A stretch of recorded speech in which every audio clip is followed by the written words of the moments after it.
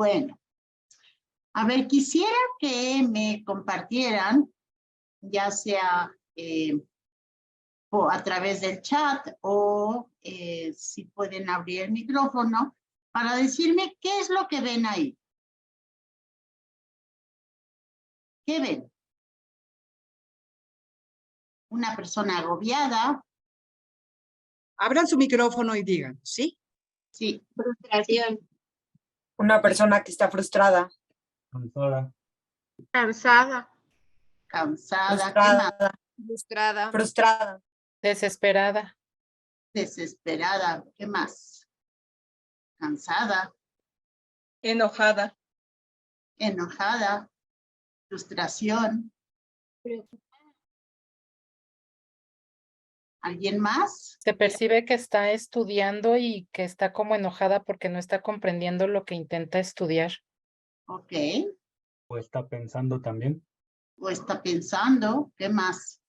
Abrumada. Abrumada. Alguien que se está rindiendo ante una actividad. ¿Se está qué? Perdón. Rindiendo ante una actividad. Ok. Bien. Muy bien. Todos los comentarios que ustedes hicieron son interpretaciones. Interpretaciones de lo que ustedes ven. Yo lo que veo es una chica con una sudadera rosa, con unos lentes en la mano, con una libreta que parece una agenda, con un post-it amarillo y que tiene la mano sobre su cabeza.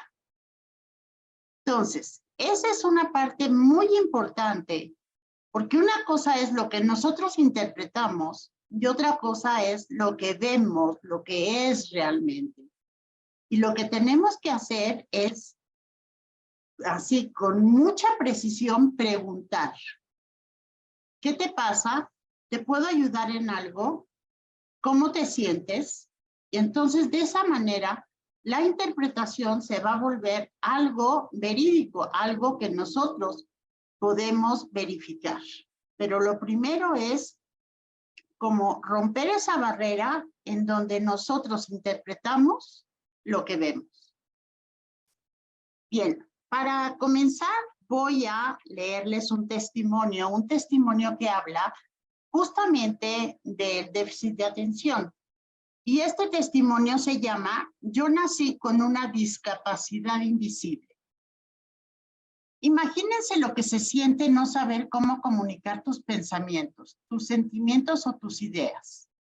Tener los conceptos corriendo por toda tu cabeza, pero no la habilidad para comunicarlos. Imagínense que no pueden hablar o escribir de la forma que los demás lo saben hacer. Tratar de hacer un resumen del libro que te tardaste más de un mes en leer y que la maestra no le entienda nada, que todas las ideas están desorganizadas y que está lleno de faltas de ortografía. Y después de que le dedicaste más de 4 o 5 horas a la tarea, se te olvida en la mesa de la cocina. Imagínense tener que repetir la mayor parte de los trabajos varias veces, porque está sucio, le falta estructura, se te olvidó el nombre o ponerle título. Y por supuesto que la maestra lo identificara por tu mala letra o porque era el único que no traía nombre. Mi vida escolar fue muy desagradable. No entendía bien lo que leía. Las matemáticas me parecían cuentos de extraterrestres. La maestra de 5º año me pedía que escribiera el número 2543 y yo lo escribía en notación desarrollada. Odiaba a los quebrados. No les encontraba ningún chiste a pasármela cortando pasteles imaginarios en trozos iguales, si lo importante era comérselos y ya. Nunca pude quedarme sentada sin moverme ni siquiera un ratito. Mis maestros me decían que si tenía chinches en las pompas o que qué me pasaba, que ya estaba grandecita para saberme sentar bien y respetar el trabajo de los demás. Molestaba a los demás con mis ruidos. No los dejaba concentrarse o prestar atención. Pero como yo nunca había experimentado eso de concentrarse o prestar atención, me preguntaba, ¿y a quién se la prestó? Seguramente era un material que yo ya había perdido y ni cuenta me había dado. No entendía lo que nos decían los maestros. Casi siempre llevaba a la escuela una tarea que no tenía nada que ver con la que mis compañeros hacían. En las clases soñaba, me fluían 1000 ideas. Si estábamos tratando el tema de los ríos, entonces mentalmente me ubicaba en alguna historia que me había pasado con anterioridad. Y de repente, cuando regresaba de mi recuerdo, ya estaban mis compañeros realizando un ejercicio de matemáticas. Siempre me pregunté, ¿cómo a qué horas cambiaron de actividad? ¿Y por qué no me avisaron? Por supuesto que me la pasaba castigada, haciendo páginas y páginas, repitiendo sin cesar las tablas de multiplicar, para que al día siguiente se me olvidara. Sí me distraía hasta con el vuelo de una mosca. Era muy difícil que me creyeran tantos olvidos. Me decían, ¿qué te pasa? No eres tonta para lo que quieres. Si tú quisieras, tú podrías lograrlo todo. Tú podrías ser la primera de tu clase. Lo que pasa es que eres una floja. No le echas ganas. Apúrate. Todavía hoy, cuando oigo esas palabras, me retumban los oídos. Por supuesto que sí quería sacarme buenas calificaciones. Por supuesto que prefería pasar de año a reprobar. Me gustaba jugar y no pasarme la castigada. Pero ¿realmente sería yo una tonta? Me lo cuestionaba muchas veces y me lo llegué a creer durante muchísimos años. Y ahora se preguntarán, ¿y para qué era bueno? ¿Qué sabía hacer? Hacía las mejores travesuras. Me encantaba patinar, andar en la bici, treparme a las bardas, construir avalanchas, organizar fiestas, contar chistes y disfrazarme. Siempre fui la más audaz entre mis compañeros y mis vecinos. Me atrevía a todo. A meterme a la escuela en la noche y robar los exámenes. Aprendí a copiar. Aprendí a sobornar a los maestros. Aprendí a hacer teatro. Retaba y cuestionaba a los maestros, a mis padres y a cualquier autoridad. Participé en los arrancones de coches. Rompí todas las reglas. Sin embargo, todo eso y más propició que tuviera muchos amigos y amigas. Me consideraban rara, pero les caía bien. Me corrieron de 13 colegios por la tosa. Eso me permitió conocer a muchas personas. Me ayudó a ser una persona sociable, dinámica y que contaba con un sinfín de experiencias. Me facilitó entender y no tenerle miedo a los cambios. Volé lejísimos con mi imaginación. Era muy creativa y por lo tanto no me aburría nunca. Siempre he dormido muy poco. Eso me ocasionó muchos problemas con mis padres. Pero era el único momento donde yo podía hacer lo que me gustaba. Dibujar, bailar, cantar enfrente del espejo, sentirme artista y soñar con que llegaba un hada y mágicamente acababa con mis problemas escolares. Recuerdo que en esas noches, yo sola en mi cuarto, no me sentía juzgada, criticada y sobre todo nadie me decía que estaba perdiendo el tiempo. ¿Pero qué es perder el tiempo? ¿Hacer lo que yo sabía hacer? ¿Hacer actividades que no eran calificables? ¿Eso es perder el tiempo? Siempre sentí que no le daba gusto a mis maestros ni a mis papás. Ellos esperaban más de mí, pero yo no sabía cómo hacer las cosas para que me salieran como ellos querían. Poco a poco me di cuenta que yo necesitaba hacer más cosas que los demás, diferentes cosas. Organizarme, llevar una agenda, aprender a leerla, proponerme oír una clase aunque solo fueran 10 minutos.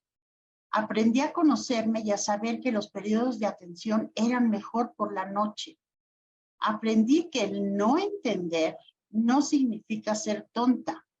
Aprendí que querer no significa poder, sino que no podía porque no sabía cómo y que en muchas ocasiones lo que me faltaba era solo entender las instrucciones. Ahora que soy adulta todavía me pasan 1000 cosas, pero he aprendido también a reírme de ellas. No pasa nada, lo vuelvo a intentar y si no sale, pues pido ayuda. Me sigue costando mucho trabajo organizarme, escuchar una instrucción completa, cacharme a mí misma cuando estoy distraída. Sigo siendo intolerante e impaciente. Sí, aprendemos de manera distinta. miramos al mundo con otra lupa, pero somos muy inteligentes, muy creativos, perspicaces y sobre todo tenemos una gran capacidad de aprendizaje. El trastorno por déficit de atención es una discapacidad invisible para los demás, pero dolorosamente demasiado visible para quienes lo vivimos. Yo los invito a ver más adentro de cada persona, a entender que querer no es poder, y así dar lo mejor de nosotros para ayudar a ser y a ser mejores personas. Esta es mi historia. Esto es tener déficit de atención. Así nací y así me voy a morir. Pero tuve que aprender a vivir con estrategias para poder salir adelante. Pues vamos a comenzar la presentación. La que sigue, por favor.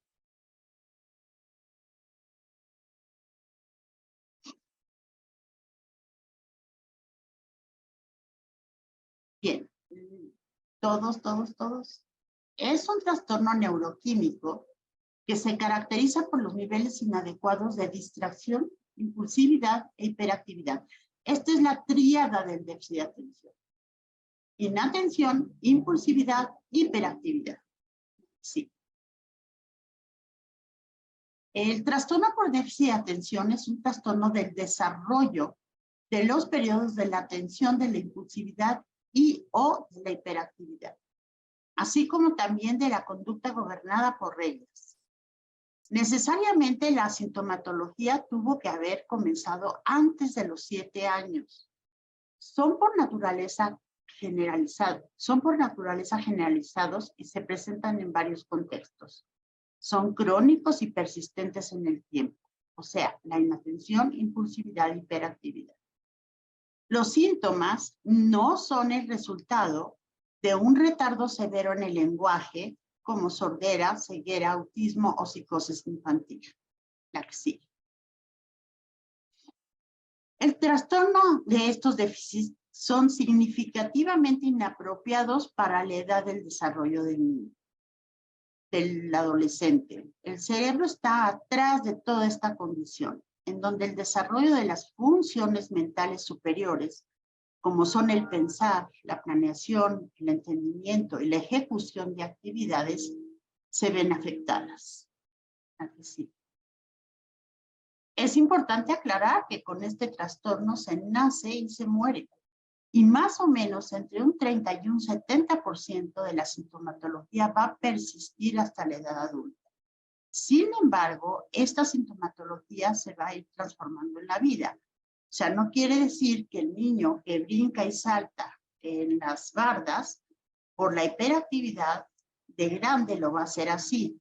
Pero sí, esa hiperactividad se va a ir a que haga 3 o 4 cosas al mismo tiempo, que no termine una actividad cuando ya está metido en otra, que otra de las circunstancias pero muy frecuentes de la hiperactividad cuando hay un cambio es, por ejemplo, las pocas horas de dormir. Sin embargo, el aprender a vivir con el trastorno permite que las personas podamos identificar nuestros síntomas y que por lo tanto desarrollemos estrategias que nos ayudan a ser eficientes en la vida.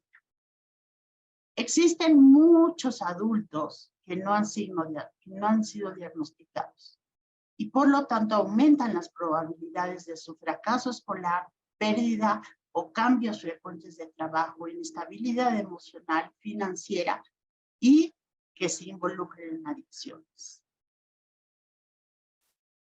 Una gran cantidad de personas no han sido diagnosticadas, inclusive desde la primera infancia. O sea, estamos hablando desde niños, de adolescentes, de adultos que no hayan sido diagnosticados. Por lo tanto, el diagnóstico, bueno, pues se queda como trunco y el no poder tener un diagnóstico, esto no nos permite avanzar en lo que se necesita trabajar con estos pacientes. Frecuentemente son muy inteligentes, capaces en muchísimas áreas. Por lo tanto, los padres y los maestros siempre están confundidos. Y su pensar es, sí pueden, pero no quieren. Es inteligente, pero no quiere trabajar, es flojo. Esa es una interpretación. Sin embargo, hoy sabemos que sí quieren, pero no pueden. Y muchas veces es porque no saben cómo o porque no entendieron las instrucciones. Se saltaron una parte, al leer la instrucción se saltan alguna parte, entonces obviamente el trabajo ya no llega al fin esperado. Existe un factor neuroquímico que no permite que reaccionen adecuadamente en todas las áreas de desarrollo, tanto emocionales como académicas y laborales. El TDA tiene una prevalencia más alta que cualquier otro trastorno psiquiátrico, como la esquizofrenia o el trastorno bipolar. En el mundo se calcula que más o menos 5.3 millones, 5.3% de niños y adolescentes están diagnosticados con déficit de atención. En Europa, aproximadamente el 5%, es decir, unos 3.3 millones de niños y adolescentes. Se calcula que en México, más de 2 millones de niños presentan este trastorno en el momento actual. En Estados Unidos, la prevalencia del trastorno es del 4 al 6%, alrededor de 10 millones de personas adultas. Y según la Organización Mundial de la Salud, más del 4% de la población mundial tiene déficit de atención. Entonces, estamos viendo que no es un trastorno que no vale la pena ponerle atención. Punto número 1, muy importante, no es posible hacer un diagnóstico antes de los 6 años. O sea, vamos a acordarnos de la tríada del déficit de atención. Impulsividad, hiperactividad e inatención. Todos los preescolares son así. Son inquietos, son impulsivos, son inatentos. Entonces, por eso no podemos hacer un diagnóstico, un buen diagnóstico, un diagnóstico profesional antes de los 6 años. Después de los 6 años, el cerebro madura y tenemos la capacidad para poder autorregular nuestros comportamientos. Por lo tanto, la inatención, la hiperactividad y la impulsividad. Sabemos, a partir de los 6, 7 años, dónde tenemos que estar un poco más quietos, dónde podemos jugar, dónde podemos meditar. Sin embargo, alguien con déficit de atención, eso no va a poder hacerlo, pero sí un preescolar es lo normal. Por eso insisto muchas veces, no se puede hacer un buen diagnóstico antes de los 6 años. ¿Qué se requiere para realizar un buen diagnóstico? Una valoración neuropsicológica, valoración neurológica, valoración emocional, valoración pedagógica y una valoración de neurodesarrollo. El déficit de atención se identifica principalmente a través de la evaluación de los antecedentes del niño, de la familia y de las observaciones de los padres y los maestros. Sin los maestros yo no hago un diagnóstico. O sea, el maestro es una parte fundamental del diagnóstico. ¿Por qué? Porque está con ese chico, pues mucho más horas de lo que muchas veces están sus padres. Entonces, el maestro me puede identificar mucho más estas conductas cuando yo le pregunto, ¿qué pasa cuando tú le solicitas que haga eso? Y desafortunadamente, después de la pandemia, pues los papás realmente se desconectaron en muchos sentidos. Entonces, hoy por hoy, y con más razón, los maestros son fundamentales para hacer un diagnóstico. Es muy importante remarcar que los factores de inatención, impulsividad e hiperactividad deben de ser crónicos y estar presentes al menos en 2 ambientes. O sea, no puede ser que exista aquella persona que tiene déficit de atención solamente en la escuela. Lo tiene que tener en la escuela, en la casa de los hijos, de los amigos, de los papás. Lo tiene que tener cuando va a jugar fútbol, lo tiene que tener cuando está con los amigos, etc. Se requiere de un abordaje multidisciplinario, o sea, no se puede nada más llevarlo con el médico que le dé el medicamento y se acabó. No, no es cierto, así no funciona. Se requieren estrategias cognitivas, se requieren estrategias sociales, se requiere medicamento, no siempre. Se requiere un programa deportivo o artístico de la elección y de la fortaleza que tenga el paciente. Información y orientación a padres, hermanos y familiares. Información y orientación a maestros. Y en algunas ocasiones, de acuerdo al perfil, de acuerdo al diagnóstico que se haga, a veces se requiere psicoterapia, asesorías académicas, no clases de regularización ni clases particulares. Aquí vamos a hablar de dos cosas diferentes. Una cosa es una asesoría académica, como el hecho de que este alumno, este chico, pida una asesoría porque no entiende estas partes, por ejemplo, en matemáticas, o porque no entiende la relación en eventos históricos. Eso es una asesoría. Pero una clase particular es que el maestro llega, da su clase y se va. No es tampoco posible que contratemos una persona para que esté 24 horas con él, para que le ayude a hacer la tarea. El chico lo tiene que ir trabajando solo. Lo que requiere son estrategias para aprender a hacer las cosas por sí mismo.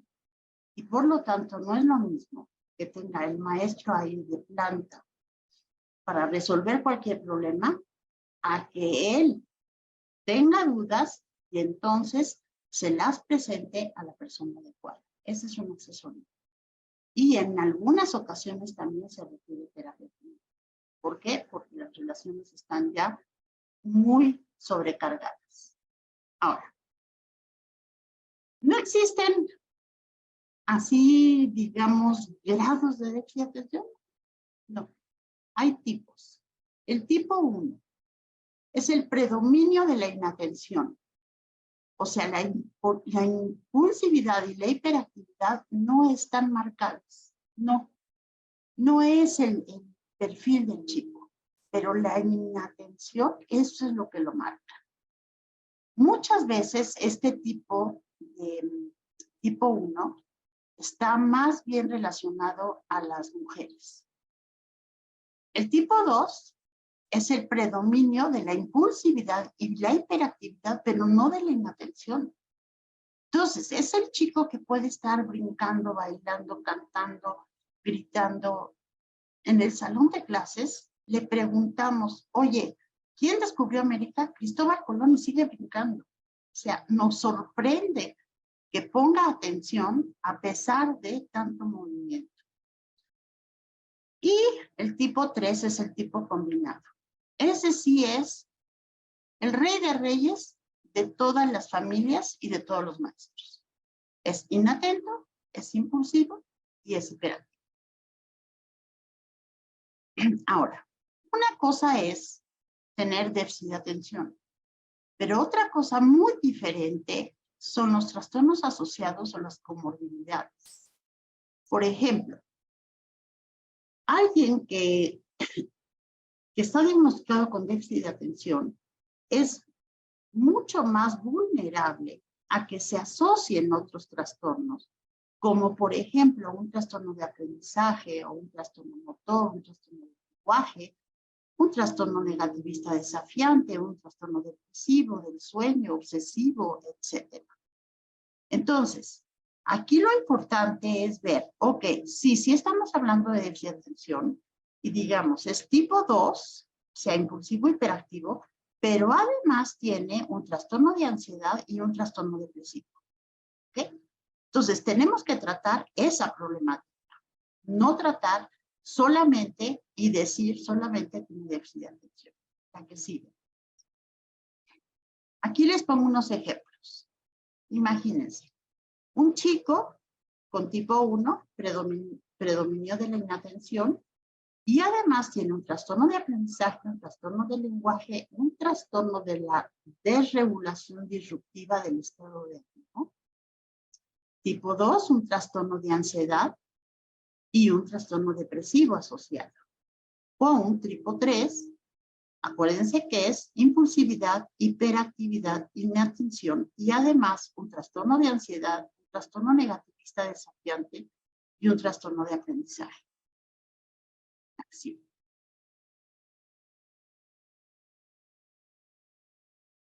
Entre un 30 y un 50% de los niños con déficit de atención presenta trastornos de conducta. Más o menos un 50% de los niños evidencia un trastorno posicionista desafiante.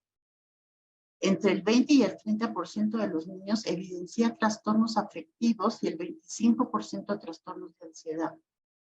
Más de un 20% presentan problemas específicos del aprendizaje, como en lectura, escritura y o matemáticas.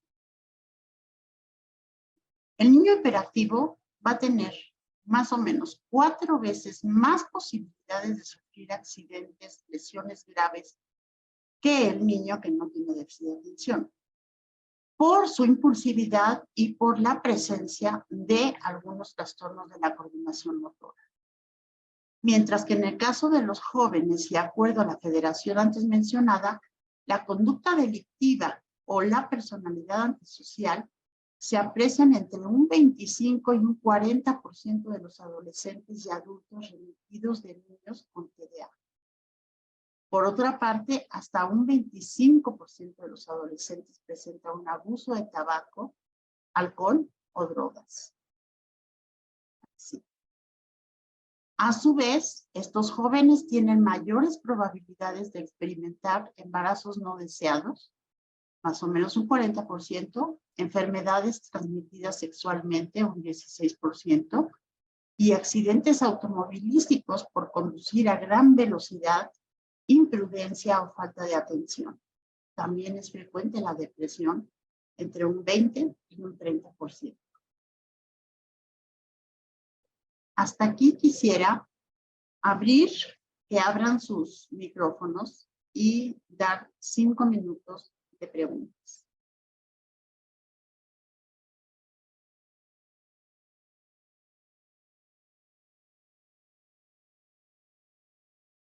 ¿Alguna pregunta?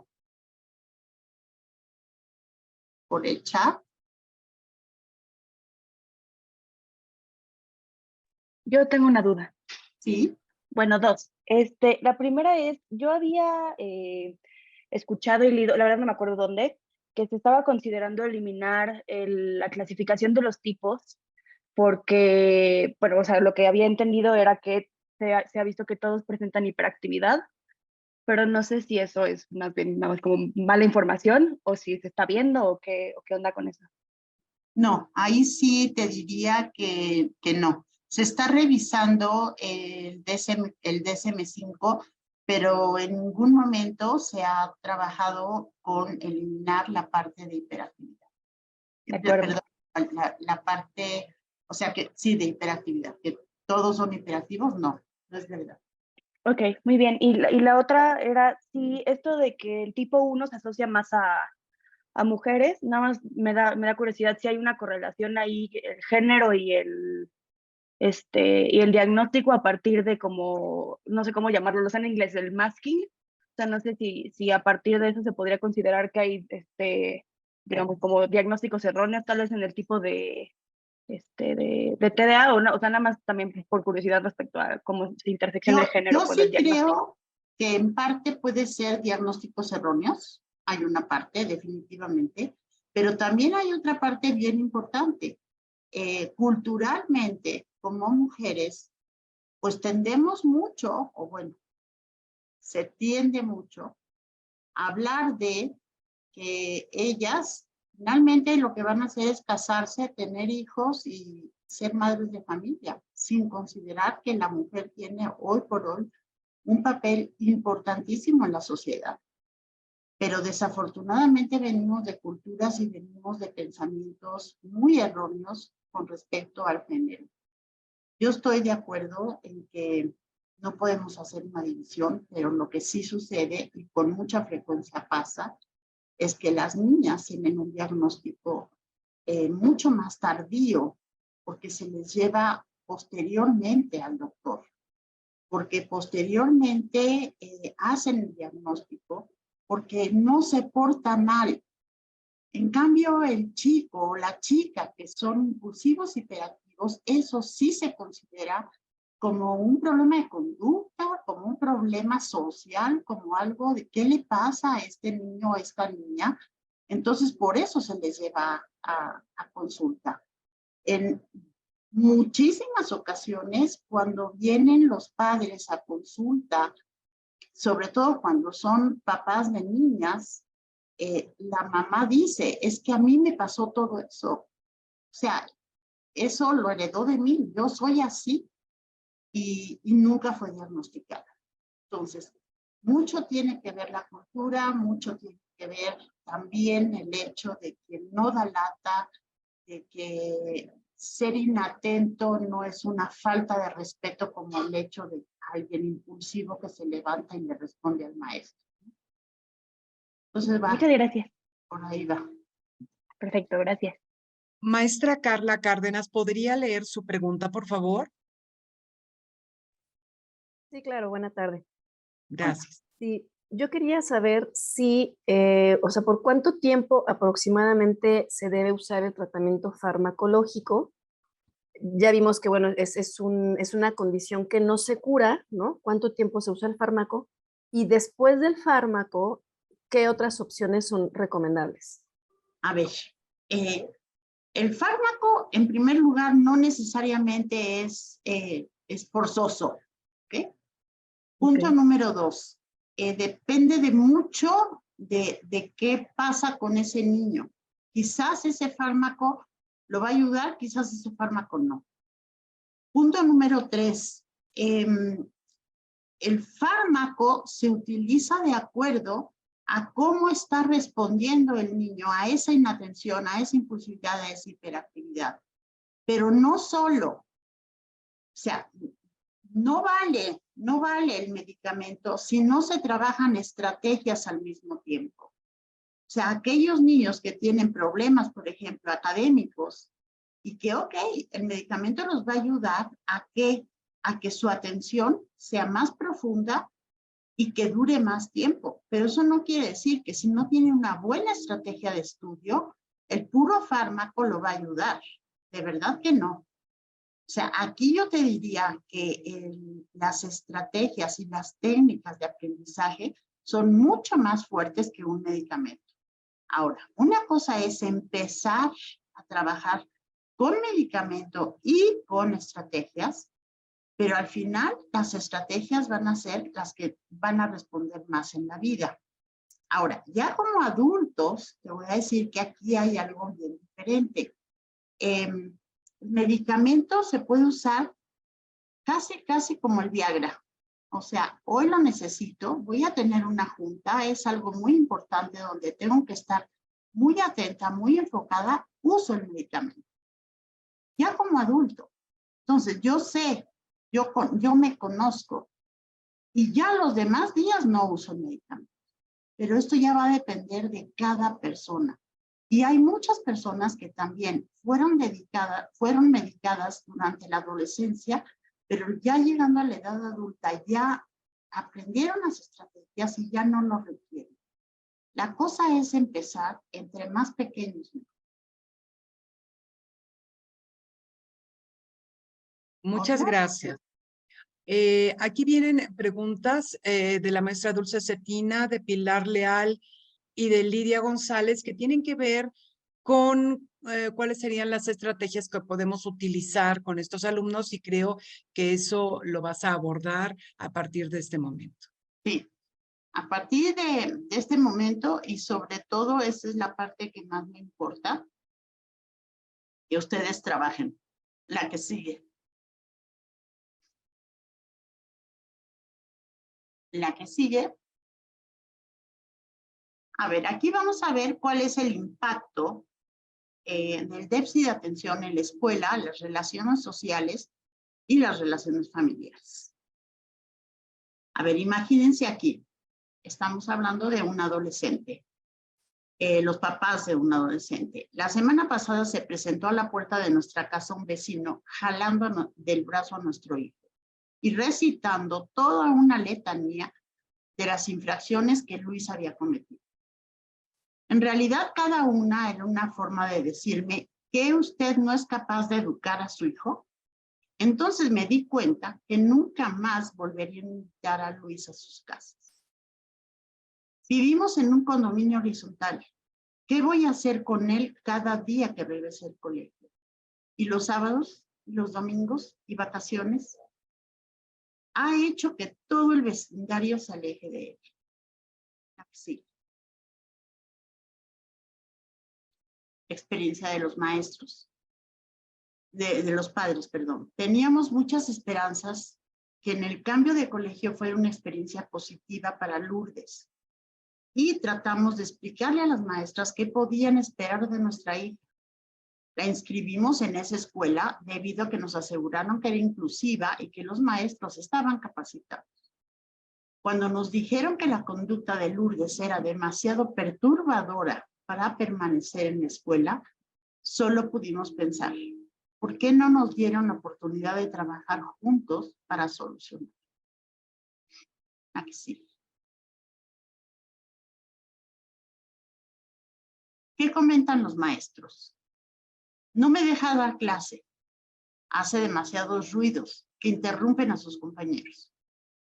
No puede mantenerse sentado durante la clase. Necesita pararse, hablar con los demás, quitarle sus cosas, tira todo en su camino. Nunca empieza ni termina a tiempo las actividades. No sabe dónde dejó el libro o su cuaderno.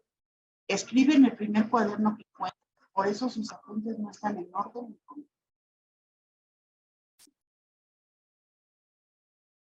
Si tan solo pusiera atención, tiene déficit de atención.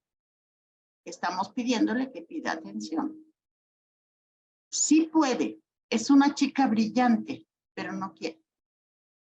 Normalmente dice que hizo la tarea, pero o no la envía a la plataforma o no la lleva a la escuela. Sus compañeros no la quieren en el equipo porque se distrae y no cumple con la parte que le corresponde. Consideran que es flojo. Es necesario darle las explicaciones de forma individual. No trabaja. Se distrae continuamente si alguna persona entra al salón, si pasa alguien por la ventana, y entonces ya no se acuerda que debe continuar con su trabajo. Ya no se acuerda ni siquiera qué es lo que estaba haciendo. Vive en otro planeta. Nunca está donde debe de estar. Es un alumno que ha dejado de preocuparse por mejorar. Seguramente debe tener muchos problemas en la casa. Fíjense cómo aquí seguimos interpretando. Bien, ¿por qué se comportan así? Existe un déficit de las funciones ejecutivas. Los niños y adolescentes con déficit de atención hay un retraso en las habilidades cognitivas que permiten regular el comportamiento, que contribuye a que tenga problemas para seguir instrucciones cuidadosamente, para cumplir normas, para llevar a cabo sus propios planes o incluso para actuar con los principios y valores que le hemos inculcado. De hecho, el niño, adolescente o adulto con déficit de atención con mucha frecuencia se comporta de manera molesta para los demás. Casi siempre recibe un elevado número de recriminaciones verbales, gestuales, además de castigos físicos desde los primeros años de vida. Tanto en casa como en la escuela o en el trabajo es percibido por los adultos y sus pares como incómodo o de trato difícil. Como adolescente y como adulto, las dificultades se van a ir incrementando. Al no haber sido diagnosticado y por consiguiente sin un abordaje terapéutico apropiado. O sea, si no tratamos el problema, o sea, yo les pongo este ejemplo. Si ustedes tienen una úlcera y no se la tratan y están comiendo irritantes, están tomando café, están comiendo chile constantemente y van al doctor y les duele y les dan otro medicamento para que se les quite el dolor y otro medicamento para controlar la acidez, pero el problema de base no lo están solucionando. Aquí esto es, o sea, las conductas nos están diciendo algo tiene. Sin embargo, no estamos viendo a esas conductas. No estamos viendo a la persona, perdón, estamos viendo las conductas. Y aquí eso de verdad, eso es lo que tenemos que hacer como maestros. Ver a la persona, ¿qué le pasa? ¿Se le han hecho estudios? ¿Quién se preocupa por él? ¿Quién está con él? ¿Quién lo ayuda? ¿Yo cómo lo puedo ayudar? La que sigue. Con el tiempo le es cada vez más difícil hacer y conservar amistades. Suele ser rechazado por los demás y no muy apreciado por sus compañeros y por los maestros. Sus jefes o su pareja ahora sí que dejan de estar con él por las conductas. O sea, vuelvo otra vez. Las conductas es lo que nos está molestando constantemente. Las interrupciones, movimientos sin propósito, principalmente sus argumentaciones o reto a la autoridad, eso es lo que nos hace constantemente alejarnos de él, rechazarlos y ponerlos normalmente en un espacio donde no los estamos ayudando, sino lo que estamos haciendo es creando más problemas. Sí.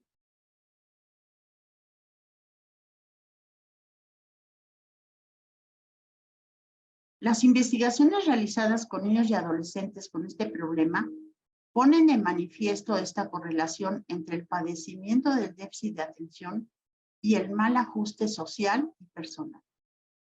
La persona con déficit de atención prácticamente desde la primera infancia manifiesta un deseo intenso de agradar a los demás, de recibir aprobación por lo que hace, pero no sabe cómo hacerlo, no sabe cómo dirigirse, la riega constantemente, como solemos decir.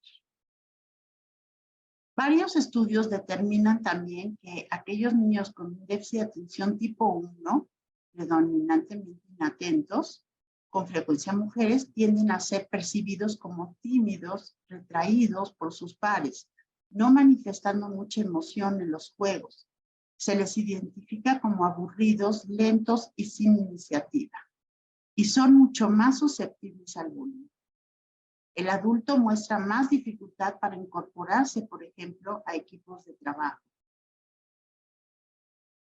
Por el contrario, si son tipo 2 o 3, la problemática social es mucho más severa, ya que se mueven continuamente, molestan con sus ruidos, tamborilean, son intrusivos e interrumpen con muchísima más frecuencia. Suelen estar hablando constantemente, son descuidados y desorganizados, tienden a incurrir en riesgos. Otras características del TDA que provocan molestia en sus padres y maestros son dificultad para actuar de acuerdo a las reglas, variación de la conducta de acuerdo a la situación. Si el chico, por ejemplo, le gustan las matemáticas, entonces en matemáticas va a ser muy activo, muy proactivo.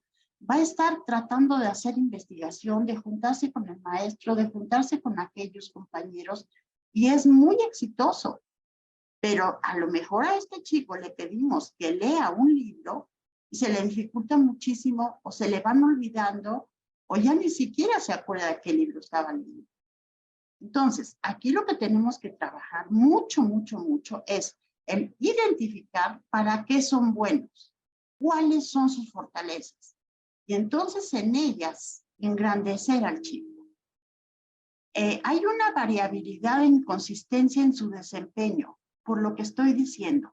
Si son buenos en algo, en otras cosas van a tener mucha más competitividad. Tienen mucha dificultad para motivarse, para hacer cosas para las que no son buenos. Entonces ahí hay mucha frustración de los maestros que dicen, es que no sé cómo motivarlo, es que lo he castigado, es que le he dado premios, es que le digo, y es que no lo hace, no me trae tarea, no estudia, no trabaja. Y otra de las cosas que estas son características del déficit de atención es la procrastinación. La que sigue. Hay una dificultad para actuar de acuerdo a las reglas. Dificultad para seguir instrucciones y cumplir con el conjunto de reglas establecidas así tal cual. Se observa cuando los padres, los maestros o sus jefes les dan instrucciones y tiene muy bajo impacto para conseguir lo que ellos tienen. Por ejemplo, trabaja en tu proyecto de ciencias. Busca a tus compañeros para que trabajes en equipo. Parecería como que no escuchara. La que sí. I didn't understand that.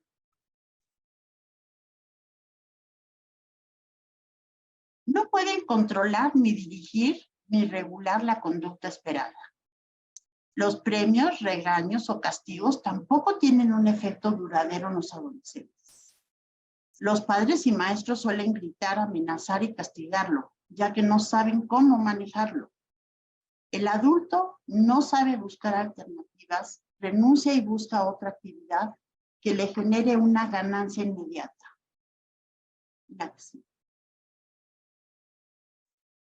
Variación de la conducta de acuerdo a la situación. La conducta inatenta, impulsiva o hiperactiva va a variar de acuerdo a las características específicas de la situación. Por ejemplo, aquí les puse una foto de Phelps. Él está diagnosticado con déficit de atención y sin embargo es un ganador. Él puso atención y sabe lo que le gusta. Su mamá se dio cuenta que necesitaba mucha más actividad que los demás. Entonces lo inscribió en clases de natación y esa es su fortaleza. Por ejemplo, se comportan mejor en situaciones 1 a 1 cuando hacen actividades que disfrutan, dadas las fortalezas que ya poseen, ya sea deportivas, intelectuales, científicas, sociales, artísticas, las que sean. Así. Pareciera que existe una barrera que se interpone entre la persona con déficit de atención y los esfuerzos del adulto por motivar.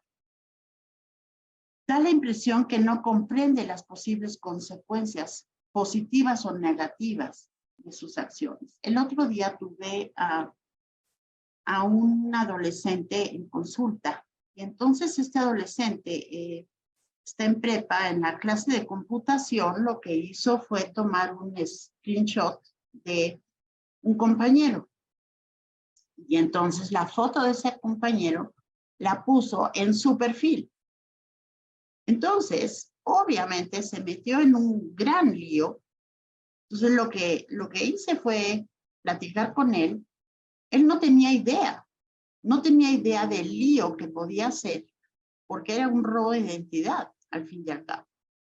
Él obviamente tuvo otra idea, él obviamente su intención fue totalmente inocente. Sin embargo, este tipo de situaciones suceden con muchísima frecuencia. La que sigue. El comportamiento sobreactivo, la conversación continua, la insistencia en ser complacidos en el momento, las rabietas, la tendencia a lucirse con sus amigos y las acciones arriesgadas o potencialmente peligrosas. O sea, imagínense que yo tenía 13 años y me metía al colegio, me salía de mi casa en la noche, iba al colegio, me metía a escondidas, sacaba las pruebas. ¿Por qué? Porque yo sabía que era mejor arriesgarme a hacer esas cosas, porque al día siguiente yo no iba a pasar esa prueba. Todo esto absorbe la atención de todas las personas a su alrededor. Esta atención confunde, fastidia y agota emocionalmente y físicamente a sus padres, maestros, autoridades, a su pareja, a sus compañeros, etc. Y muchos de los maestros y de los papás provocan que se den por vencidos. Las estrategias que han probado dar mejores resultados son aquellas que facilitan el reconocimiento y el desarrollo de las áreas fortalecidas, las áreas de competencia. En este proceso se busca trabajar con los síntomas, pero especialmente con los recursos. O sea, eso es más importante, mucho más importante. ¿Para qué eres bueno? ¿Qué sabes hacer bien? La que sigue.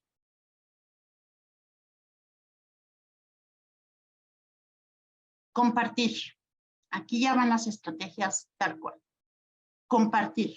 Es de suma importancia que todos los miembros de la familia, los maestros, conozcan las características principales del déficit de atención. como una explicación a esas conductas. Comprender que estos factores solo son parte de su personalidad, pero que no es la totalidad de la misma. No es el chico con déficit de atención, es el chico brillante en arte. La que sí. Observar. Establecer el papel de la persona que la persona está jugando en casa, en la escuela, para identificar el posible rol de chivo expiatorio en estos ambientes y trabajar al respecto. Es importante no etiquetarlo, sino ayudarlo. La acción. Enseñar y practicar la empatía.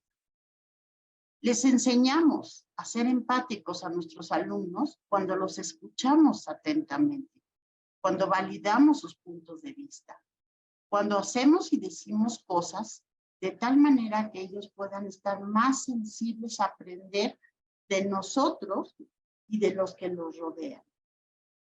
Cuando evitamos sermonear y hacer comentarios acusatorios. Más bien aquí hay que indagar. Sí.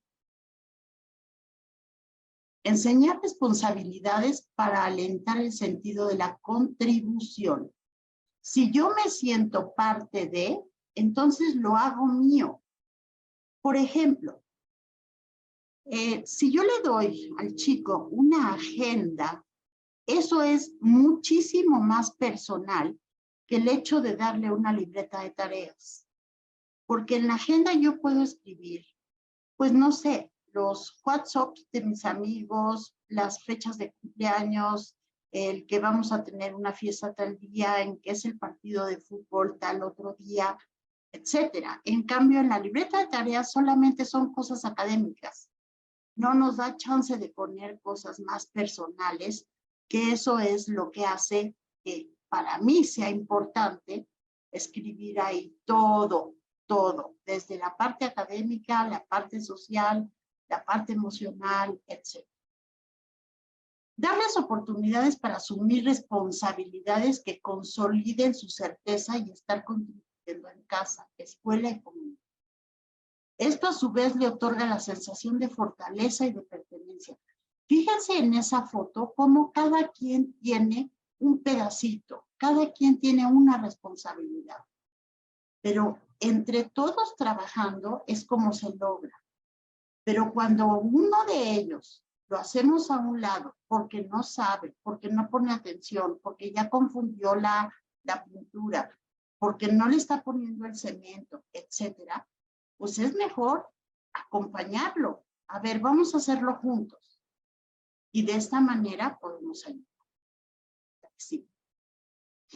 Reforzar la autodisciplina a través de la enseñanza de habilidades para tomar decisiones y resolver problemas de la vida cotidiana. No saben los chicos resolver problemas de la vida cotidiana. Saben meterse a su celular, saben meterse a las pantallas, saben cómo matar o cómo sacarse puntos en los juegos, en los videojuegos, etc. Pero ponlos a resolver un problema de la vida cotidiana, como por ejemplo, si se va el agua, ¿qué vas a hacer? ¿Qué podemos hacer si falta el gas? ¿Cómo podemos cocinar sin gas? Todo ese tipo de cosas lo tenemos que trabajar. Anteriormente, todas esas cosas las hacíamos en la casa, las hacíamos con los padres, las hacíamos con la familia. Hoy por hoy, no saben resolver. Hoy por hoy tienen una dificultad gigantesca como para poder guiarse ellos mismos. Entonces ahí sí tenemos que estar con ellos y guiarlos, acompañarlos, pero sobre todo saben que indagar. A ver, ¿qué harías tú si? 2 puntos. ¿Cómo resolverías este problema? Fíjate que el otro día me pasó esto. ¿Tú cómo lo hubieras resuelto? Esas son las cosas que hacen pensar a los adolescentes y que hacen de un adulto crítico. La que sí. Estimular sus logros y dar reforzamientos positivos. La dopamina, oxitocina, serotonina, endorfina, todo eso lo necesitamos. ¿Y cómo le hacemos para poder tener todas estas cosas? Haciendo lo que nos gusta hacer. Si ustedes, por ejemplo, son muy, muy buenos con, no sé, arreglando cosas en la cocina, artefactos de cocina, bueno, pues cuando tú lo estás haciendo, entonces ahí viene la endorfina, ahí viene la oxitocina. Cuando tú estás leyendo un libro que te gusta muchísimo porque te encanta leer, o sea, realmente te sientes motivado, te sientes muy inspirado. Bueno, lo que tenemos que hacer es buscar cuáles son justamente esas fortalezas en esa persona. Sí. Ayudarlo a enfrentar sus errores, facilitando la expresión del temor a equivocarse. O sea, es que hoy por hoy parece que es un pecado mortal equivocarse. No, señores, al contrario. Es la mejor oportunidad que tenemos para aprender. Los errores son los mejores maestros. Tenemos que facilitar la expresión, tenemos que facilitar el compartir experiencias personales relacionadas con nuestros propios miedos a cometer errores. Y que cuando los cometimos, ¿quién nos ayudó? ¿Cómo estuvo? ¿Cómo ocurrió esa parte? Recordar que los errores son las mejores oportunidades de crecimiento. De verdad, no existe nada mejor que un error. La que sí.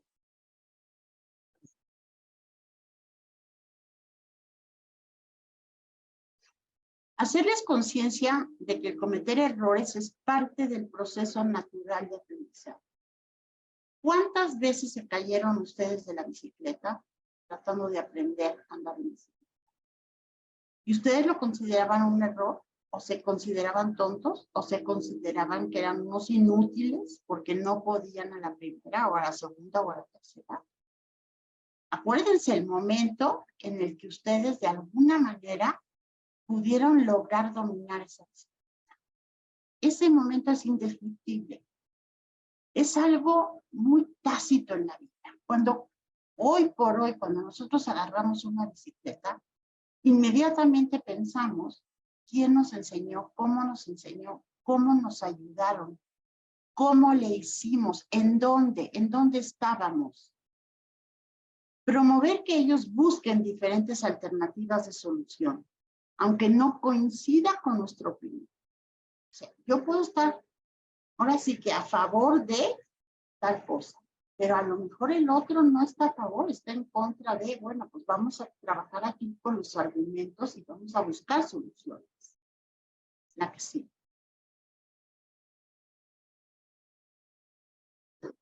Confía en tu alumno, confía, de verdad confíen en él. Necesitas saberlo para confiar en ti, díganselo. ¿Sabes qué? Confío en ti.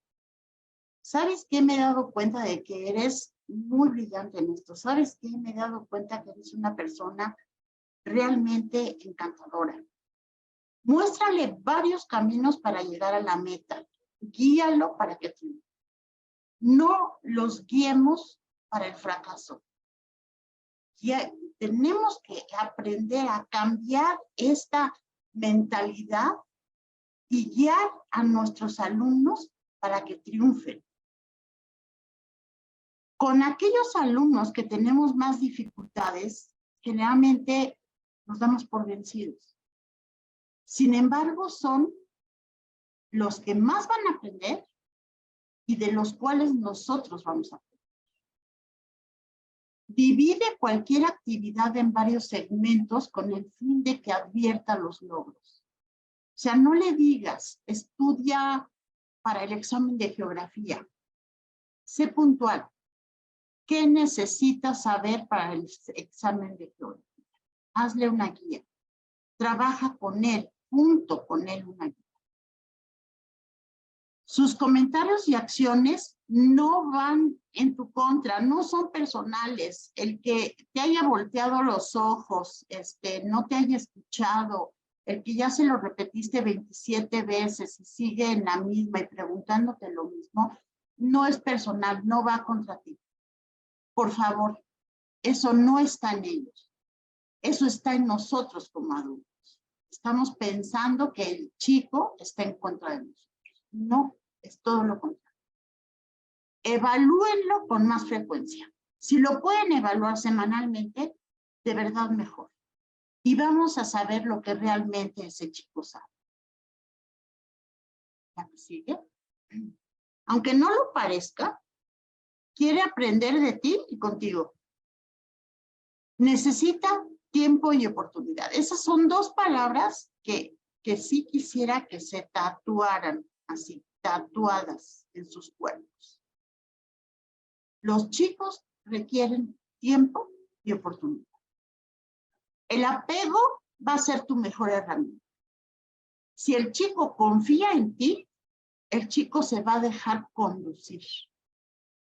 Pero si tú haces todo para que no confíe en ti, entonces el chico no tiene por qué dejarse conducir.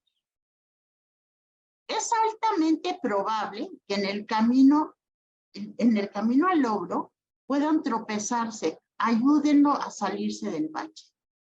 No, falta una. Atrévete a probar nuevas técnicas. Por más locas, entre más locas, mejor.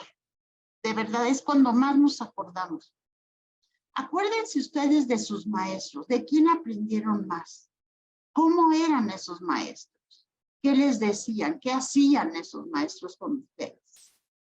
Y generalmente van a ser maestros muy diferentes a toda la población, porque se atrevieron a hacer cosas que otros no se atrevieron a hacer porque les da pena, porque cómo es posible, yo soy el maestro, entonces me voy a poner en ridículo, van a creer que yo quiero ser su amigo. No, momento. O sea, ustedes son los maestros, ellos son los alumnos. Esa relación nunca se debe perder. Pero lo que sí es cierto es que el apego, el que él confíe en ti y que tú confíes en él, eso nos da una relación muy diferente al que somos cuates. Así. Especialmente reflexionen ustedes sobre qué efecto tienen las conductas de mi alumno sobre mí. ¿Cómo me hace sentir? ¿Por qué me enoja? ¿Por qué me fastidia? ¿Qué tanto corresponden las expectativas que yo tengo ante las posibilidades que él tiene? O sea, una cosa es que yo quiera que tú seas, no sé, el mejor historiador del mundo, pero otra cosa es que a ti te interese. Pero lo que sí podemos hacer son acuerdos para más o menos que tengas cierta cultura sobre lo que es la historia. Estoy reforzando como su maestro el rol de chivo expiatorio, el alumno que no puede, predestinando su fracaso. Taxi. ¿Cómo influyen las comparaciones que inevitablemente hago entre mi alumno y sus compañeros?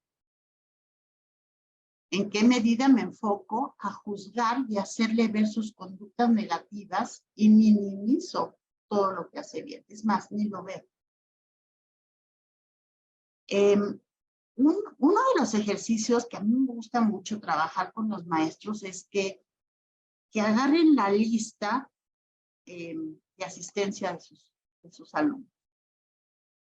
Y que tengan un espacio pequeñito ahí para que me anoten de cada uno de sus alumnos una fortaleza. 1, 2 o 3 fortalezas. Cuando toda la lista de asistencia la vemos llena de fortalezas, ahí es cuando yo puedo decir, tú sí conoces a tus alumnos. Pero si no pueden decir o visualizar al menos una fortaleza en cada uno de sus alumnos, no tienen idea del grupo que tienen. Ustedes imagínense, ¿qué pasaría si yo les digo a ustedes, mañana me vas a invitar a comer a tu casa? Pero la condición es que me vas a invitar a comer con lo que tú tienes ahorita en tu despensa. Entonces vamos a suponer que tu despensa tienes espagueti, tienes jitomates, tienes un poquito de chile. Entonces tú me dices, pues fíjate, te voy a hacer un espagueti con jitomate, etc. Pues qué rico. Pero es que fíjate que a mí me gusta la carne. Sí, pero es que no tengo carne. Ay, pero es que el boloñesa es mejor. Pues sí, pero es que, ¿qué crees? No tengo carne. No te puedo dar eso. Bueno, ahora pongamos este ejemplo en su salón de clases. Su salón de clases es su alacena. Eso es lo que tienen. No hay nada más. Esas son sus fortalezas.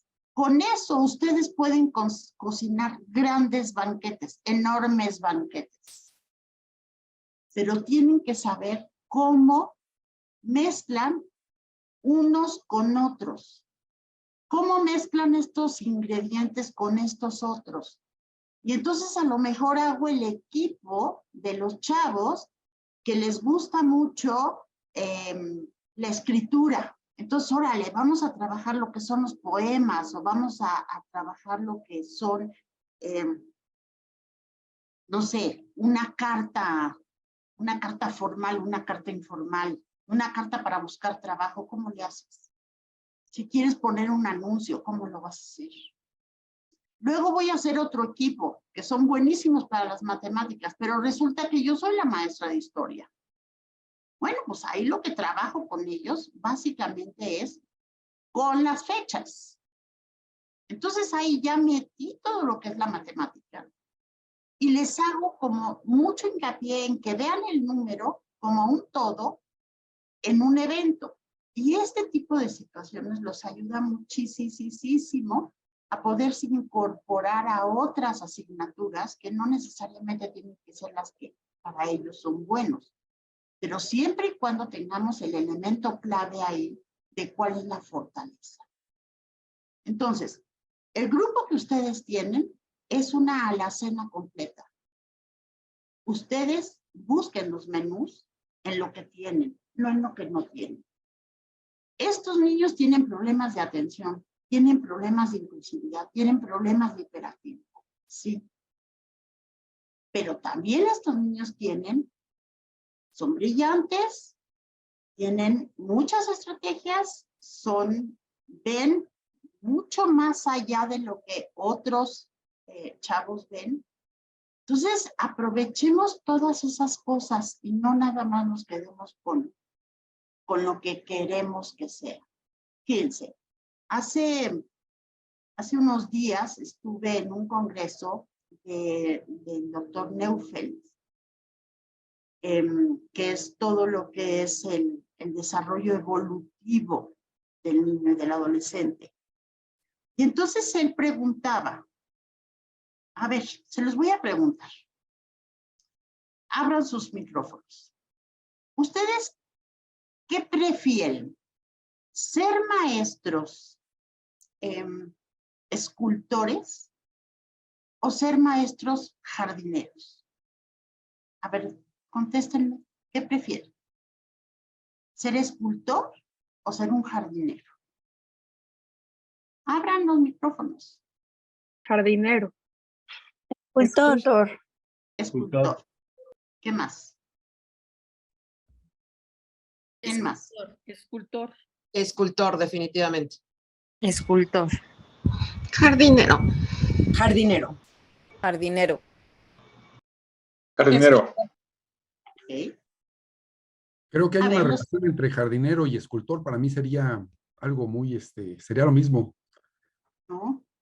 Para mí. A ver, ¿por qué los que dijeron que quieren ser escultores, por qué quieren ser escultores?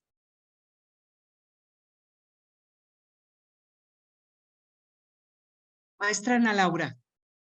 Pues, porque es poder sacar, sacar la expresión máxima a partir de algo que está en como materia prima. Y el Ok. jardinero es dar forma a algo que ya está. Ok. Para mí esa es la diferencia. Ok. ¿Quién más? Felipe Lazarillo. Muchas gracias. Cuando planteó la interrogante, inicialmente pensé en el escultor, porque como buen filósofo estoy pensando en Sócrates, que hereda la profesión del padre. Pero como estamos hablando aquí de seres vivos, al que hay que tener un gran cuidado, definí ser jardinero, porque hay que regarlo. Desde muy pequeñito hay que cuidarlo detenidamente, procurar que no le lleguen ningunos insectos, que vaya creciendo grande y frondoso. Por eso dije jardinero. Gracias. ¿Alguien Los más, por favor? Los que dijeron jardineros, ¿podrían decir por qué? En mi caso, porque, digo, uno sí riega, alimenta, cuida, pero al final la planta o lo que germine tiene vida propia, ¿no? Es decir, va a tomar lo que yo le he ofrecido, pero no va a ser, no necesariamente va a seguir mi camino, sino que va a adoptar una vida propia. Maestra Leida. Bueno, yo también creo que jardinero, porque escultor es cuando moldeas algo que ya está, ¿no? Y jardinero lo dejas libre, pero también siembras esa semilla para que tome ellos lo que tienen, ¿no? Entonces yo pienso que jardinero, ¿no? Porque te deja esa libertad de, tú siembras, pero va a crecer o va a desarrollar lo que tiene. Maestra Stephanie. Yo jardinero porque si bien tú lo cuidas y lo haces, das de ti, no depende de ti que crezca, pero sin ti tampoco puede crecer, ni desarrollarse, ni evolucionar. Entonces, es como un trabajo en equipo, la naturaleza y tú. De acuerdo. Maestra Ani Picasso. Sí, yo pienso que uno ve el proceso y disfruta el proceso y apoyamos del camino. Sin embargo, como dijeron también mis compañeros, puede crecer por sí solo sin ser el reflejo totalmente nuestro. Y puede que muchos frutos sean distintos. Muchas gracias. Silvia Sucre.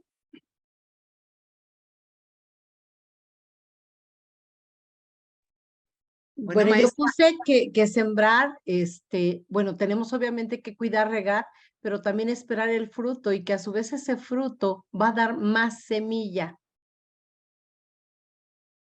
Maestra Ada Rangel. Gracias. Buenas noches a todos. Yo también puse jardinero porque creo que es un oficio, es nuestra materia, aunque nosotros alumnos están vivos, ya dijeron los demás maestros que es sembrar, pero también es ir acompañando, cuidando, y lo considero como que todos los días hay que cuidar el jardín y a lo mejor un escultor es un artista. Y yo creo que bueno, pienso que la educación es más un oficio. Muchas gracias. Maestra Verónica Gaona y después María Teresa Suárez.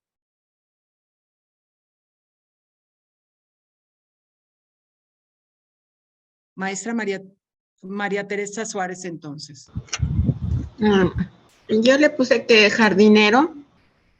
Pienso que se ocupan demasiadas habilidades para ser jardinero y también se pueden compartir, se pueden enseñar a otras personas a estas habilidades y pues el hecho de ver crecer algo acompañado de otras personas que cooperen contigo, pues es muy satisfactorio y ver que también aprenden esas habilidades contigo, puede ser más satisfactorio para mí que realizar una escultura, ¿no? O enseñarles a realizar una escultura.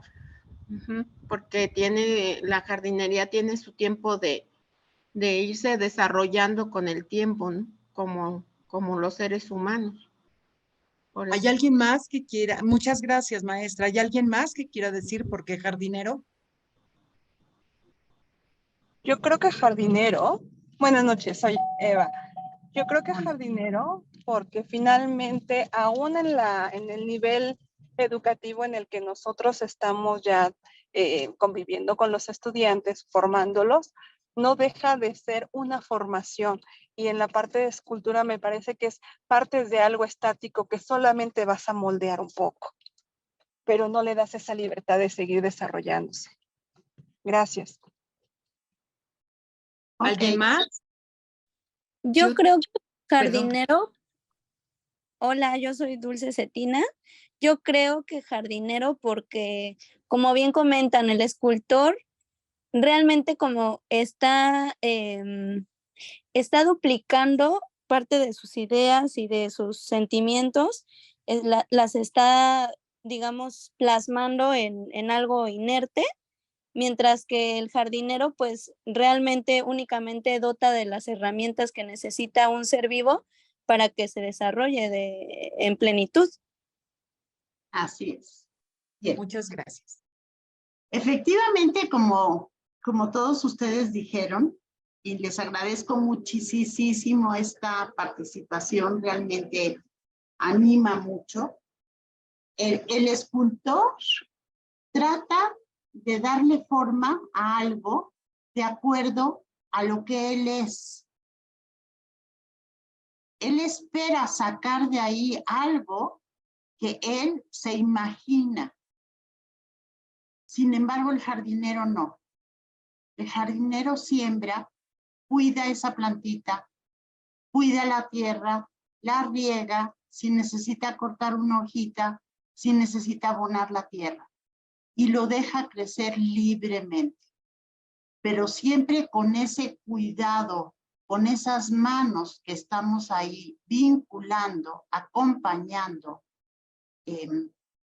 ese vínculo tan importante que es el apego, la confianza de que esa florecita, de que esa plantita va a crecer. Si le damos todas las condiciones, como el aire, como el oxígeno, como el sol, la macetita, en fin. Pero lo estamos dejando crecer y no estamos esperando que tiene que ser a fuerzas lo que nosotros nos imaginamos que tiene que ser nuestro alumno. Entonces, efectivamente, tenemos que ser maestros jardineros. La que sí. La clave de estas estrategias radica en que el adolescente, el adulto, aprenda a sacar el mejor provecho de los recursos y de las áreas de competencia, de sus recursos, sus áreas de competencia.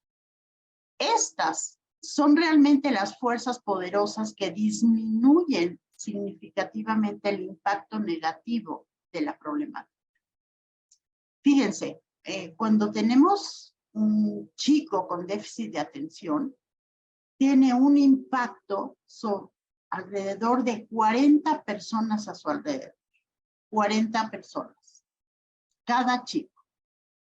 Estas personas son sus papás, sus hermanos, sus maestros, sus compañeros de clase, sus amigos, sus primos, sus tíos, etc. O sea, por cada chico hay 40 personas impactadas.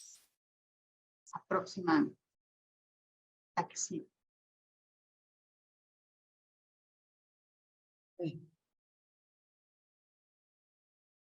Basándose en las extensas revisiones de la investigación sobre lo que es la resiliencia, Bernard llega a la conclusión de que todo individuo tiene una capacidad para resiliencia que debe ser reconocida. La que sí. Pueden descubrirse rasgos de resiliencia en cualquier persona si se le examina en búsqueda de signos de resiliencia. ¿Para qué son buenos? Con la misma minuciosidad con la que se procura detectar problemas y patologías.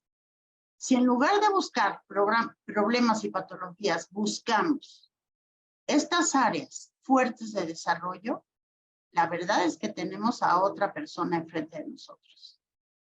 El proceso de adquirir resiliencia es, de hecho, el proceso de la vida. dado que todas las personas debemos superar episodios de estrés, de trauma y rupturas en el proceso de vivir. Taxi. Cualidades de las personas con déficit de atención. Alto nivel de energía, curiosos, solución original a los problemas, habilidades para sintetizar, intuitivos, habilidad para tomar riesgos, encantadores, espontáneos, divertidos, llenos de ideas y de proyectos, capaces de realizar varios trabajos a la vez. Imaginativos, ingeniosos, habilidades verbales, sentido del humor, creatividad, innovadores, inteligentes, entusiastas, nunca se aburren, optimistas y tenaces. La acción.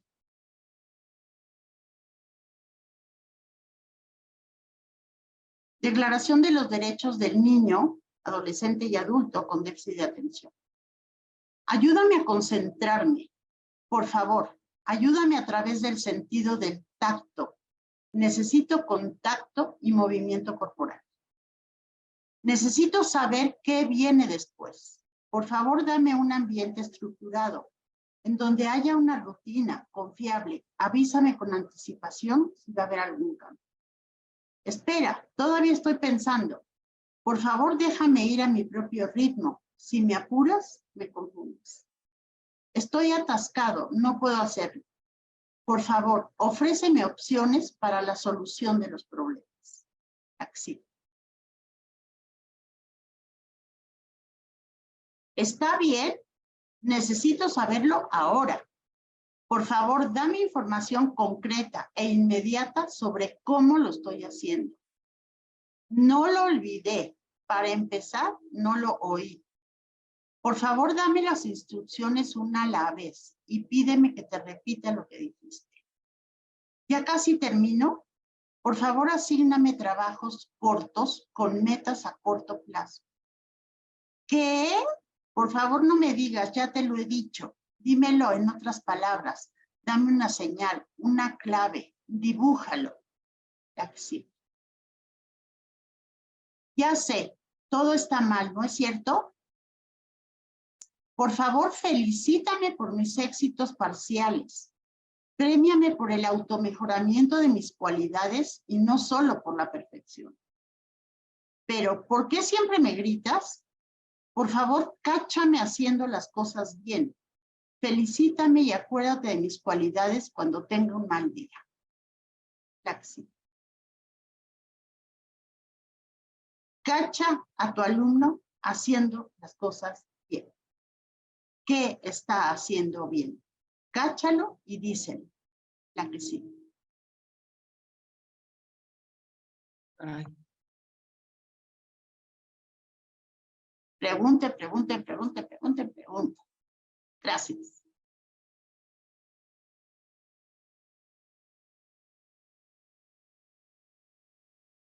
Ahora sí, abran sus micrófonos, alcen la manita para que pueda, porque, bueno, creo que habrá muchas preguntas. Ojalá. Tenemos aquí a la ponente y eso es maravilloso para nosotros. Ahora sí, vamos. Pregunten o abran el micrófono y atrévanse a preguntar, a lo mejor sin alzar la mano, no importa. Sí, buenas tardes. Hola. Más que nada, voy a hacer una pregunta. ¿Le ayudaría a los jóvenes con déficit de atención que ellos participen en cuestiones extracurriculares como es el deporte y cuestiones culturales? Siempre. Actividades artísticas. Siempre. Que él elija, pero siempre tiene que estar en una actividad física y o artística. Gracias. Vamos, ¿quién más? A ver, yo misma. Dos cosas. Una, sobre todo hablando ya de chicos que están en bachillerato, que por la razón que sea no han sido diagnosticados o se ha hablado con los papás, pero ha habido mucho rechazo. Digo, respuesta típica de los papás, es que yo también era así cuando les dices. Entonces no tienen ningún tratamiento, no van a terapia y hay negacionismo. es tiempo todavía de atacar el problema, digamos, de una manera profesional, porque muchas veces también nos dicen como que ya son grandes, ya no se va a lograr nada, si no se hizo antes, ya no tiene caso, ¿no? Entonces, como muchas veces, como que ya cuando están grandes, como que ya se asume que así van a ser y como que se les deja un poquito de lado, sobre todo en esta parte de seguimiento profesional, ¿sí? Esa es una. Y la otra, me preocupa particularmente los casos de estos chicos impulsivos que no miden los riesgos, ¿no? Que adoptan conductas de riesgo en su actuación, o sea, que se suben a una tapia, que se avientan por las escaleras, por la barandilla y pues evidentemente hay que tomar medidas en el momento y tratas de hablar con ellos, pero no son capaces de ver el riesgo. Siempre la contestación es no pasa nada, no me pasó nada, entonces ¿por qué te molesta, no?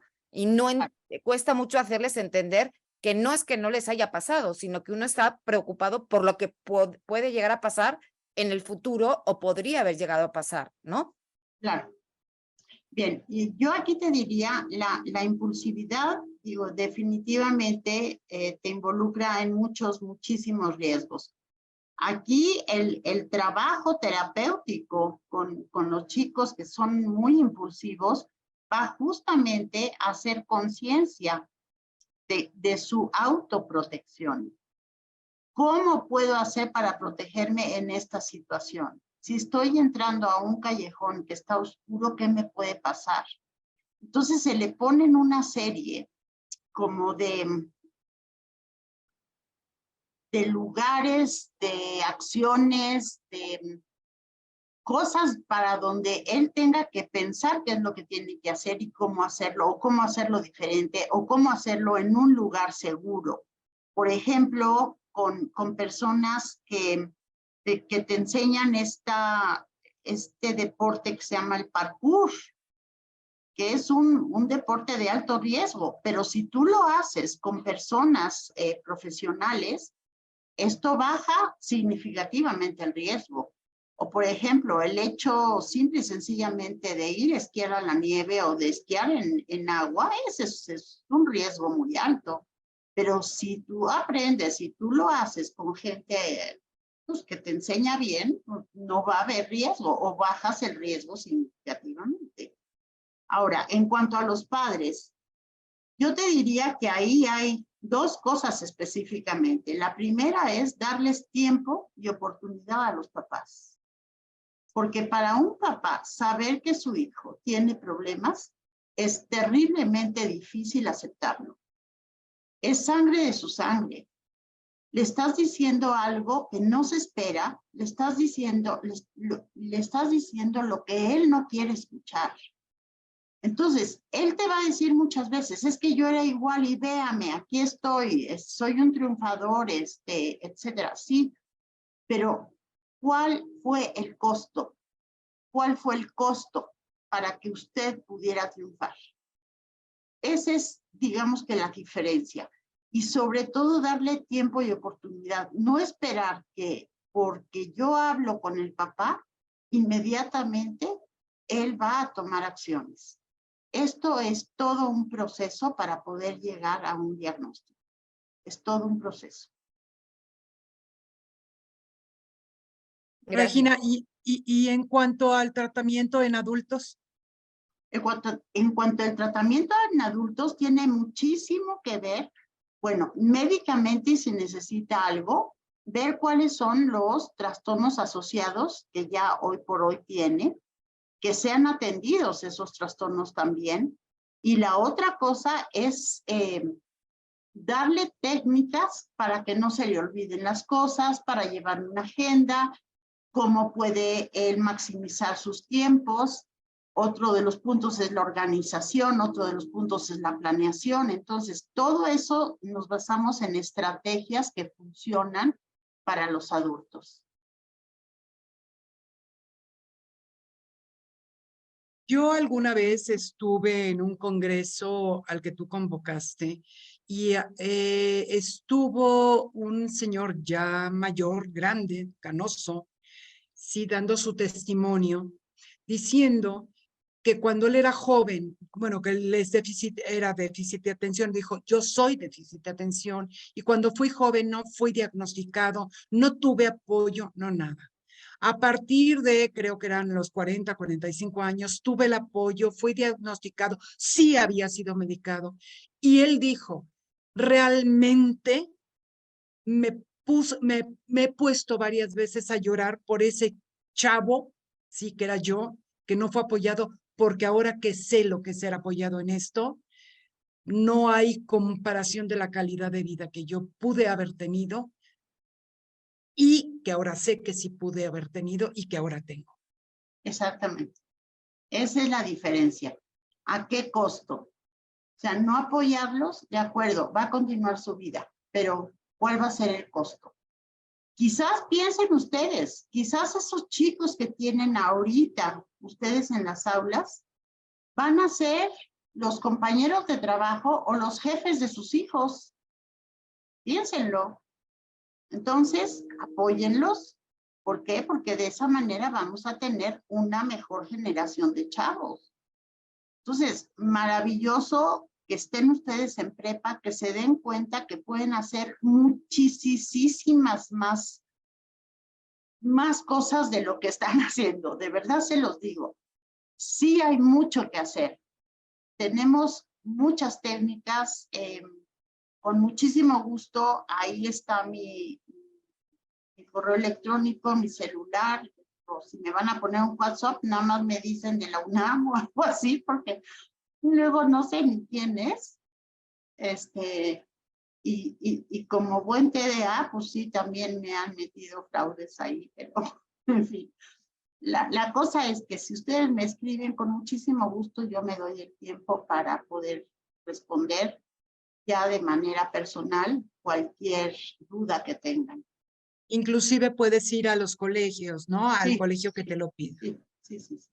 Regina aquí dice, ¿el TDA podría ser considerado un factor de riesgo que orilla a los jóvenes a alguna adicción? Definitivamente sí.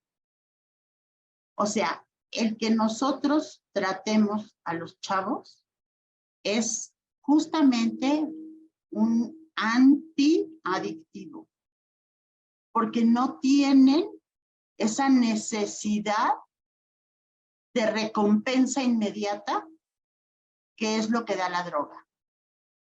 ¿Ok?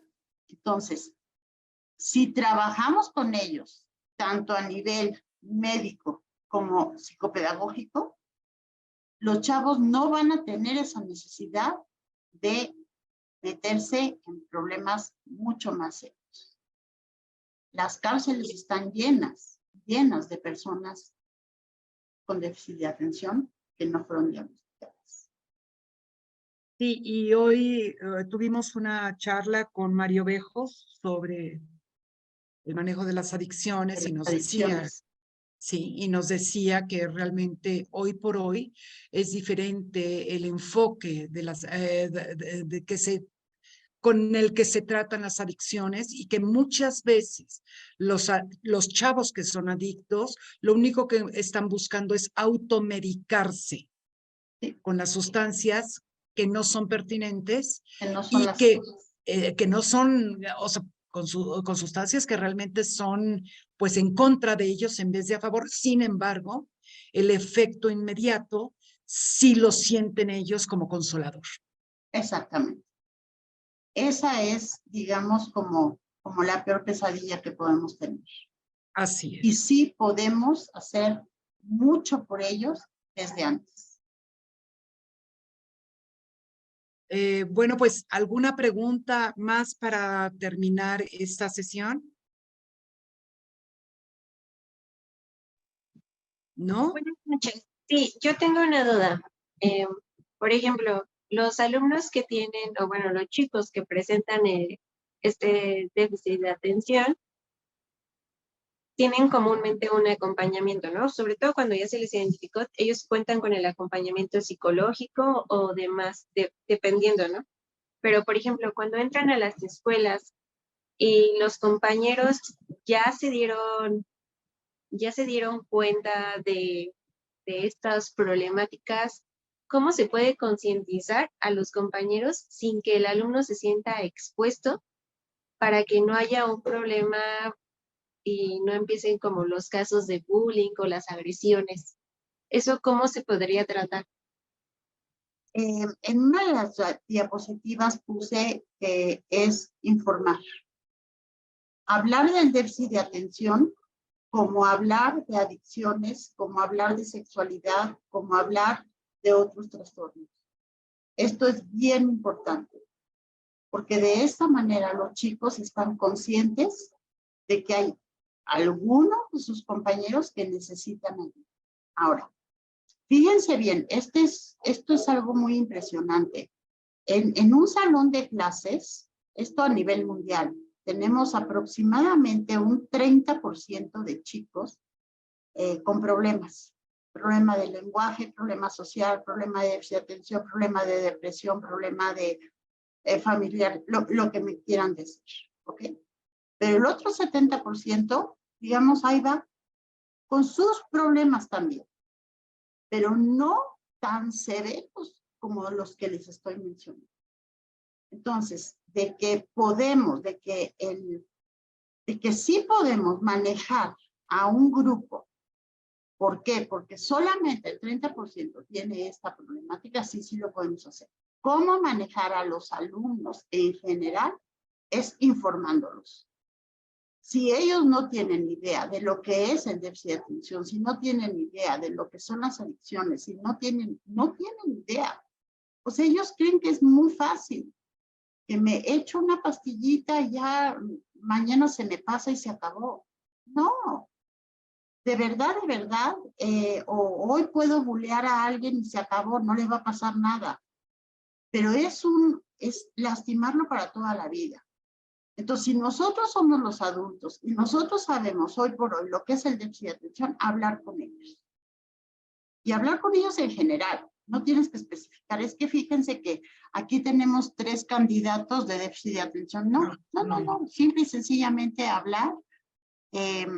El testimonio que les leí al principio lo pueden utilizar, o sea, no pasa nada, autorizado 100% para utilizarlo, porque creo que es la manera de acercarnos y creo también, insisto, en que los alumnos confíen en nosotros.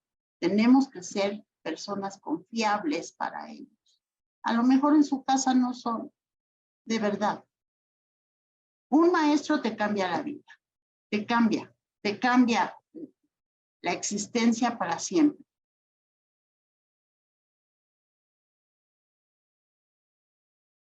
Rocío.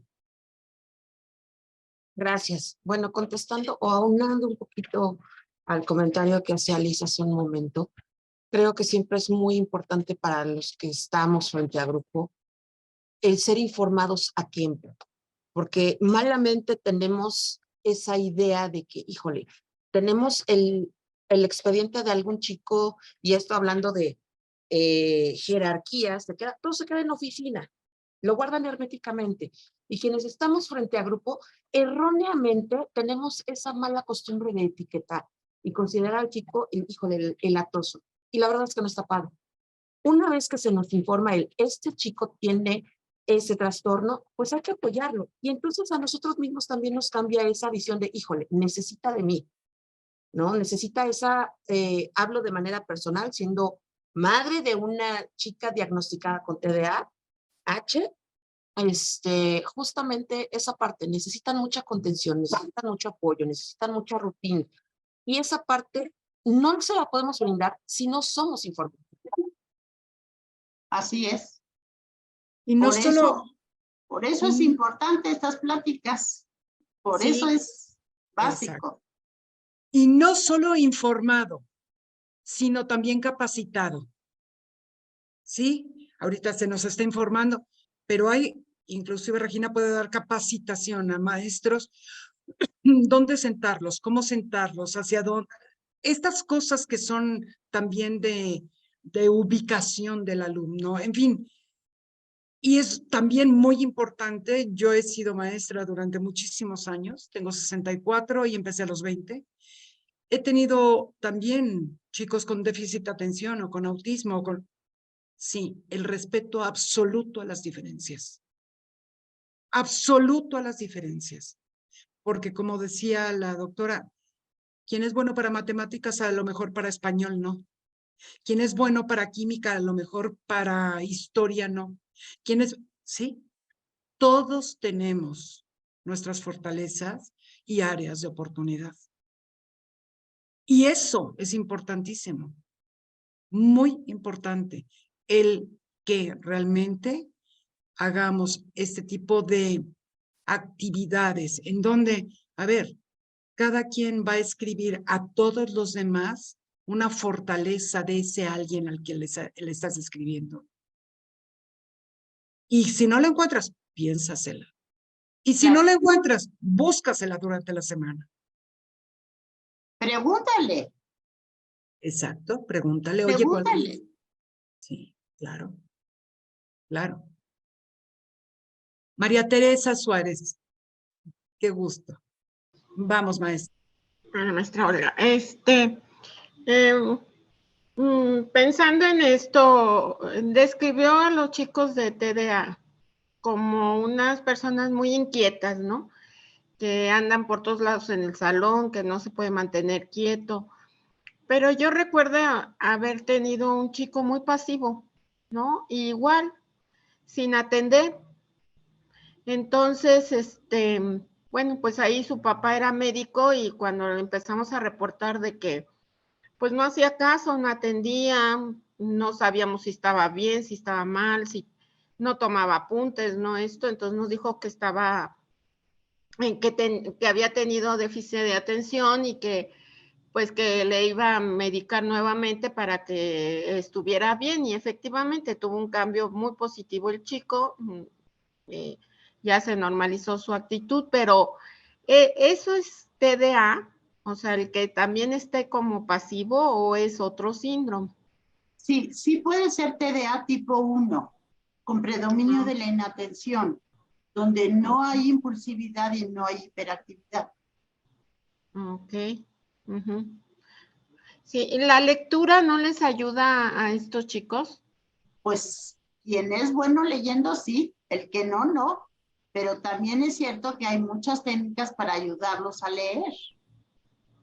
Bueno, sí, ok. Gracias. Al contrario. Ya faltan 10 minutos para que cerremos la sesión. ¿Hay alguna otra pregunta o nos despedimos? Ustedes nos dicen, maestros. Nos iba a poner su correo la maestra. Ahí está en la última. No, es que les puse bibliografía, les puse páginas web seguras y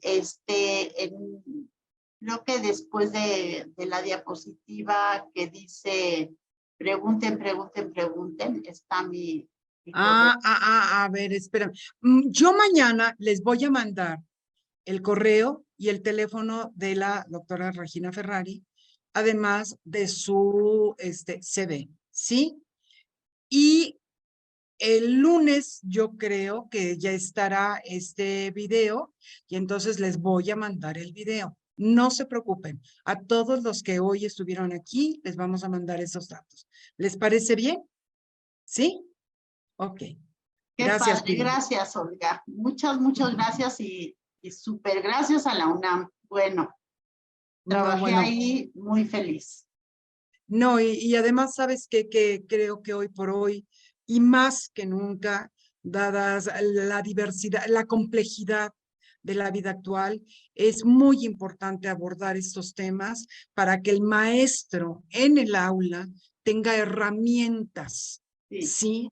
Para poder propiciar ambientes, pues, sinérgicos, ¿no? Que realmente pues procuren tanto a maestro como alumno sacar lo mejor del mismo. Sí, sí, por supuesto que sí. Y siempre hay un camino para ayudar, siempre. Siempre está ahí ese pedacito donde podemos ayudar muchísimo. Bueno, pues muchas gracias, Regina. Al contrario. Y Al si ustedes contrario. quieren otra reunión con la doctora Regina, nos hacen saber, ya saben ustedes, a través de nuestros correos, lo que necesiten. ¿Sí? Por favor. Muchísimas Bueno, pues. gracias. Buenas noches a todos.